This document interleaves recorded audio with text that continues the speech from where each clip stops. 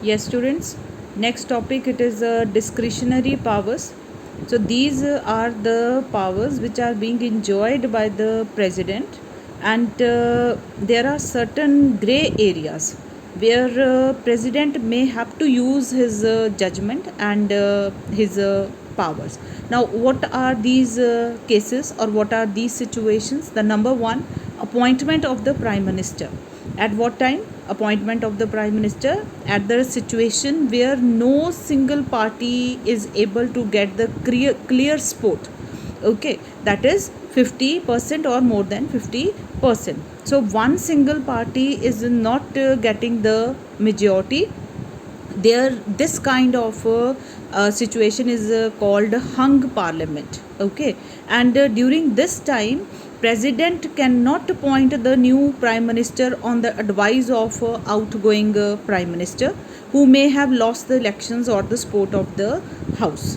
Okay, so during this time it is the uh, most important duty of the president to find the way that how the prime minister will be chosen. The second case, appointment of a prime minister in a case of a sudden death. For example, that within the time span, Indira Gandhi, she was assassinated.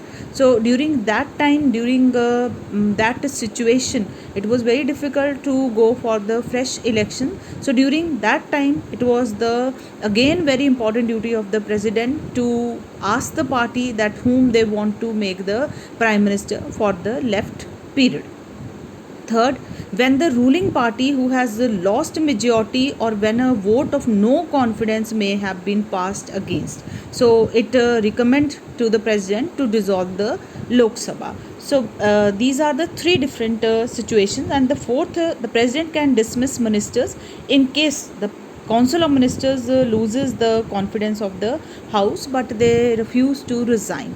So they are not ready to resign, but they have lost the confidence of the House. So during that time, it is the duty of the President to ask them to dissolve, to leave the position or to dissolve the House. Now there are certain emergency powers also. So children, be very clear that emergency, it is a, you can say that is a sudden or unforeseen situation which took place immediately, and we are not aware of that thing, and during that situation immediate action is required. So three different type of emergencies, they are national or general emergency.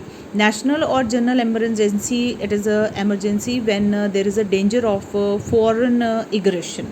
There is a danger of foreign aggression, and it can be a danger to the peace and security of the country. It can be due to the civil war or due to some any other cases. So this is the first type of emergency, national or general emergency. Second, it is a breakdown of constitutional machinery. That is that the working government in the state has broken down, or there is a deadlock between, or due to the political uncertainties or in any other way.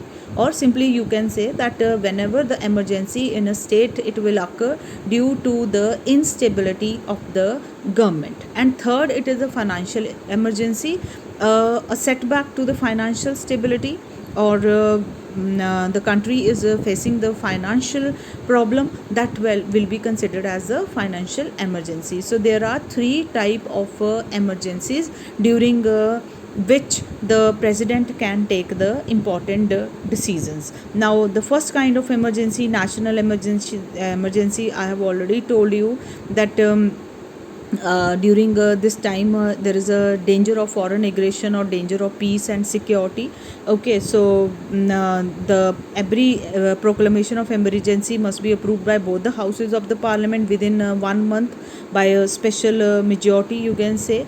And the effects fundamental rights for the timing, whenever there will be general emergency, no fundamental rights will be enjoyed. Then central state relation became very stronger.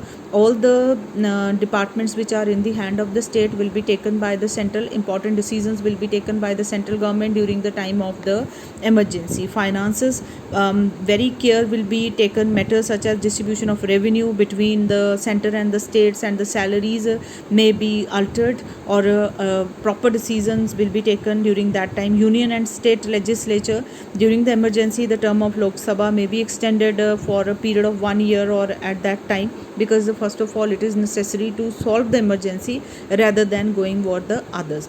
Again, breakdown of the constitutional machinery. When state is suffering without the government, or the government, prevailing government, it dissolved, so during that time the governor rule will be there. Governor rule means president rule. Clear? Governor on the behalf of the president will look after that state until or unless the emergency is being not solved. So during that time, president will be playing a very very important role, and will be looking after that state. Or the president may dissolve the Vidhan Sabha of the state and can dismiss the council of ministers, keep the assembly and council of ministers in suspended animation. Clear? When the Lok Sabha is not in session, then you can say that the president may authorize expenditures out of the consolidatory funds. Clear? Similarly, financial emergency, it is a kind of emergency when country is suffering with the instability of the finance, though our country has never suffered such kind of emergency. First and second emergency we experienced number of time, but financial emergency we never experienced. So during the time of the financial emergency, the president can appoint a finance commission to suggest a method to come out from the financial crisis, can reduce the salaries and allowances. Then any money bill passed by the Lok Sabha are to be submitted to the president for his consideration. The president can issue instructions to the state in relation to the utilization of the funds. The president may order the state to submit money bills to him for his assent. So these are some of the various decisions which can be taken by the president whenever the country will be suffering the emergency, any of the emergency the country is being suffering. Yes students, only up to here. Vice president is not in your syllabus this year, so we will finish here only.